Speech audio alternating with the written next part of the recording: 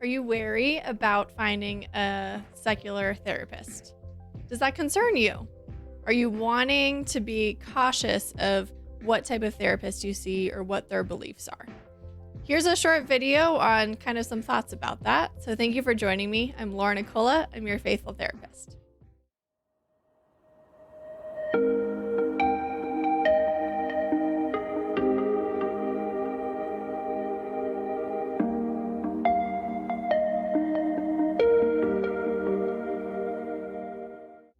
So let's start with a disclaimer.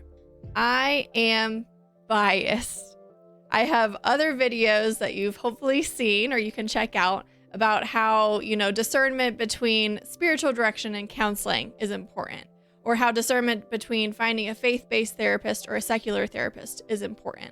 And so I, have my bias because I do faith-based counseling, that it is productive and that it is helpful and that it can be really successful with the integration of mental health and faith. That's kind of my whole platform, if you will. You're a faithful therapist. So I'm biased. But, and this is a very big but, sometimes we have to work with a secular therapist. And sometimes it can be more productive than doing faith-based counseling. And sometimes finding a faith-based therapist is not doable. I have people reach out to me practically daily, in DMs on Instagram asking me, hey, can I see you in counseling? I can't find anybody in my area that's faith-based. And unfortunately, due to licensing laws, I can only see residents of Colorado because that's where my residence lies. So, there's a kind of steps that I suggest. Okay, like here are some opportunities to hopefully seek out a faith-based counselor if that's what you want. But it also is and can be productive to see a non-faith-based therapist. There's just kind of a few things to be aware of. And so that's what this video is focusing on. So every therapist is trained to be non-judgmental, not biased, keep kind of private beliefs and thoughts private, and to maintain an ethical kind of balance, I guess, to a therapy session where I'm honoring the person that's sitting across from me and I'm respecting their beliefs without trying to implant my beliefs. The same thing happens with Catholicism. If I see a fellow Catholic that's sitting across from me in counseling, we might have different opinions or different, kind of outlooks, even on the church's teachings. And it's not my job to tell my client what I believe or what they should believe. My job is to meet them where they're at, be respectful of that, and then work with them on an ethical, kind of standard to make sure that I'm just meeting them where they need to be, because ultimately my job is to help them. My job is not to be an evangelist in that moment necessarily, right? So bottom line, every therapist is trained to be non-judgmental, non-biased, and to just meet the client where they're at. So if people run into differences of beliefs, that's okay. We don't have to agree with somebody else's belief system or opinion or mode of life. We don't have to agree with that, but we can still, as therapists, work on an understanding of that. So a secular therapist, they might not have to agree with your Catholic beliefs or your decision to maybe, tell them that you aren't comfortable with some of their, suggestions in counseling, but you can tell them that you don't agree, but there still should be an understanding from that therapist. So let me think of a few examples. Okay, let's say, your counselor is working with you on developing coping skills, and they're like, okay, what do you do to relax? And you start having this conversation about, okay, coping skills to relax. What does that look like? And maybe the therapist says like, oh, do you relax with masturbation?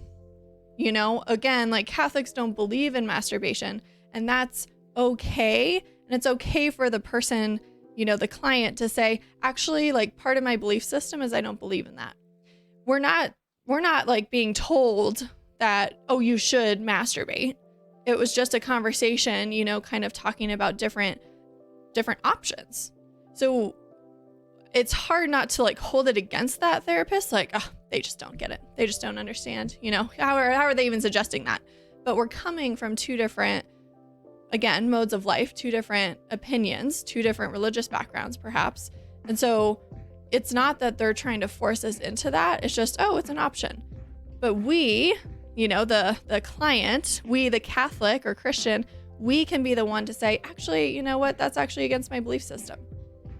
And if it's pushed further, okay, find a new therapist. But I would hope and I would pray that that's not the case. Another example might be in couples counseling. Maybe the counselor suggests, well, have you thought about separation? Have you thought about divorce? Well, unfortunately, that comes up in my sessions. I do faith-based counseling, and divorce is a topic that we talk about. Separation is as well. So it's not just this automatic rule out of, oh, they're telling me I should get divorced and I don't believe in divorce as a Catholic. It's much more complicated than that. And again, like that comes up in my sessions sometimes, So we just have to probably more than anything be conscious and be aware of our belief system, and like bringing that into the room is something I can advocate for.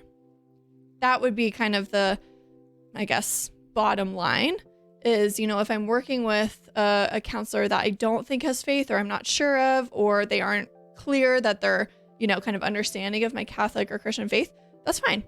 I can just be assured that I know enough and I know what's important to me to speak up if something is said against that, right? Same thing as going to the doctor. If a doctor's like, oh, for this condition, I really suggest birth control. Okay. It's a doctor, like they're going to make suggestions. They're going to give you options. And you can say, actually, according to my belief system, I don't believe in contraception. Okay. If they force it, that's unethical. That's unlawful. Like that shouldn't be the case. Same thing in therapy. So we just have to be able to stick up for ourselves.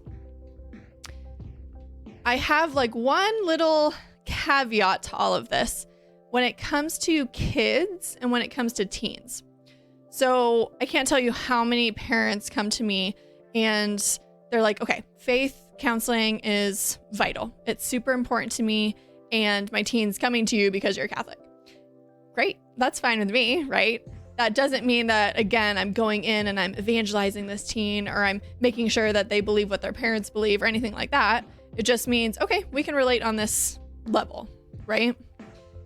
I think a lot of parents are very wary of kind of the culture and society that we live in with, all sorts of issues and teens and kids being very moldable.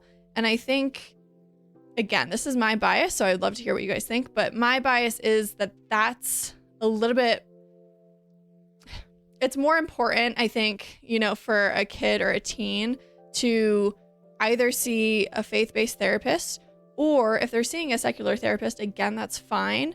Just make sure like that therapist knows about your Catholic beliefs or your Christian beliefs.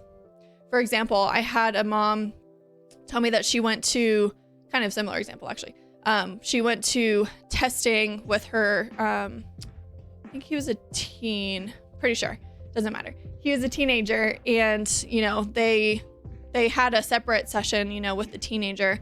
And then mom found out later that the therapist offered the option of masturbation as like a coping skill. And the mom was super upset. And like, we had to kind of talk through that. But it's again, like if it can be up to the teenager to advocate for their faith, great. If they need, a little encouragement to do that, that can be, a parent's prerogative in working with, their kids or teenagers therapist. So hopefully I'm explaining that okay. Basically, my caveat is, in my biased opinion, it's important to know and trust the therapist and that they know that you are Catholic or Christian and you have these beliefs, and maybe kind of you could, share some things that concern you about, kind of therapy in general, like, okay, I don't really know what mindfulness is, can you tell me a little bit about that? I don't want it to be too Buddhist-y or too new agey, which it's not. or, okay, I want to make sure that, we're not suggesting, acceptance of, some sort of sin that we don't agree with or something like that. It's okay, and it's a parent's prerogative to be involved in that to some level. Again, as an adult, again, my bias is like, okay, if you can find a faith-based therapist, great. But if you can't, it's okay to know that an understanding of my beliefs doesn't have to mean the person agrees with them. And it's my job to advocate for my beliefs, just as I would in normal life, again, to my doctor or to my friend or, at school or at my employer, whatever the case may be, it's up to me to stick up for that. Same thing in counseling. You don't have to be kind of wary of, oh, it's a professional. Oh, like, what are they going to tell me? Oh, I have to follow whatever they do. Oh, they're going to psychoanalyze me, right? These are all huge stigmas that don't exist for the most part. So, you can be cautious and you can be aware of, okay, I might have to explain a little bit more about my faith and my beliefs in a secular therapy setting, but that's okay. You're helping that therapist understand you. And that goes along with, okay, tell me about your history of depression, right? They're not saying, well, I disagree that, the start of your depression was at age 5. They're not going to do that. They just want to get to know you and understand you. So, bottom line, it's not always an option to find a faith-based therapist, and that's not always necessary. So be cautious, and be aware of like sharing your beliefs and advocating for that, but know that it doesn't have to be a rule out of you getting counseling, right? If secular counseling is the only option, or you have to go through insurance and nobody on the insurance panel, is faith-based, it's okay. Counseling, I'm going to say in general, counseling, whatever type, whatever kind of basis of that, is more important for you to do than to avoid it because you can't find the right faith-based fit. So that's my bias. I'm multiple biases here in this video, as I'm making very clear. So I wanted to know what you guys think though. Kind of if you've had experience maybe with a non-faith-based therapist, please share that with me. I would love to hear kind of what that looked like or how you navigated that, or if it was even an issue. If kind of any of this sticks or doesn't stick, comment below. I love the comments. I love reading it. I love the dialogue. So be sure to leave those. Be sure to subscribe if you haven't. Follow me on my other platforms. And as always, many blessings.